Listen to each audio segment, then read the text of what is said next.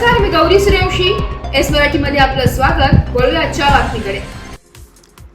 Open link foundation व मुख्य कार्यकारी अधिकारी आशिमा मित्तल, जिल्हा परिषद नाशिक यांच्या संकल्पनेतून सुरू असलेल्या विनोबा ॲप या शैक्षणिक ॲप्लिकेशनवर जिल्ह्यातील विविध शिक्षक आपले शैक्षणिक उपक्रम पाठवत असतात.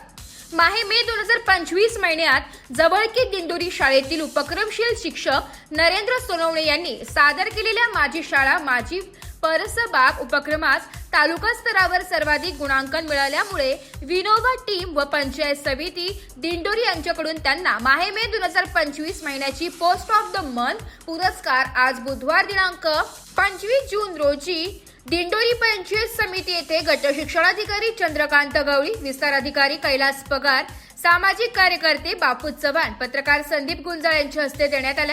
यावेळी नितीन दळवी, केंद्र प्रमुख विजय निकम, देविदास गांगुर्डे, गोविंद भोये, पुरुषोत्तम दंडगवार, बापू सोनवणे, विजय पगार, अनुसया पाटील, सीमा भांबरे, नितीन बागुल आदी जण उपस्थित होते. कार्यक्रमाचे सूत्रसंचालन राकेश महाजन यांनी केले, तर आभार प्रदर्शन नरेंद्र सोनवणे यांनी केले. त्यामध्ये ते कमेंट करतात किंवा लाईक करतात. याच्यातून फायदा असा होतो की समजा मी माझ्या वर्गामध्ये एखादी वेगळी ऍक्टिव्हिटी केली आहे आणि मला असं वाटतं की ती ऍक्टिव्हिटी जिल्ह्यातल्या सगळ्या शिक्षकांनी आपल्या वर्गात किंवा शाळेत करावी, तर ते मी त्या ठिकाणी टाकल्यानंतर तो जो प्लॅटफॉर्म आहे त्या माध्यमातून ते सगळे शिक्षक तो करू शकतात आणि त्यासाठी कुठल्या प्रकारची खर्चिक बाब नाही आहे. विनोबा ॲप पूर्णपणे फ्री आपल्यासाठी सीओ मॅडमने उपलब्ध करून दिलेले आहे आणि ज्यावेळेस एखादा शिक्षक त्या ठिकाणी एखादी ऍक्टिव्हिटी टाकतो आणि ती ऍक्टिव्हिटी खूप. एस मराठी न्यूजसाठी प्रतिनिधी बापू चव्हाण, दिंडोरी.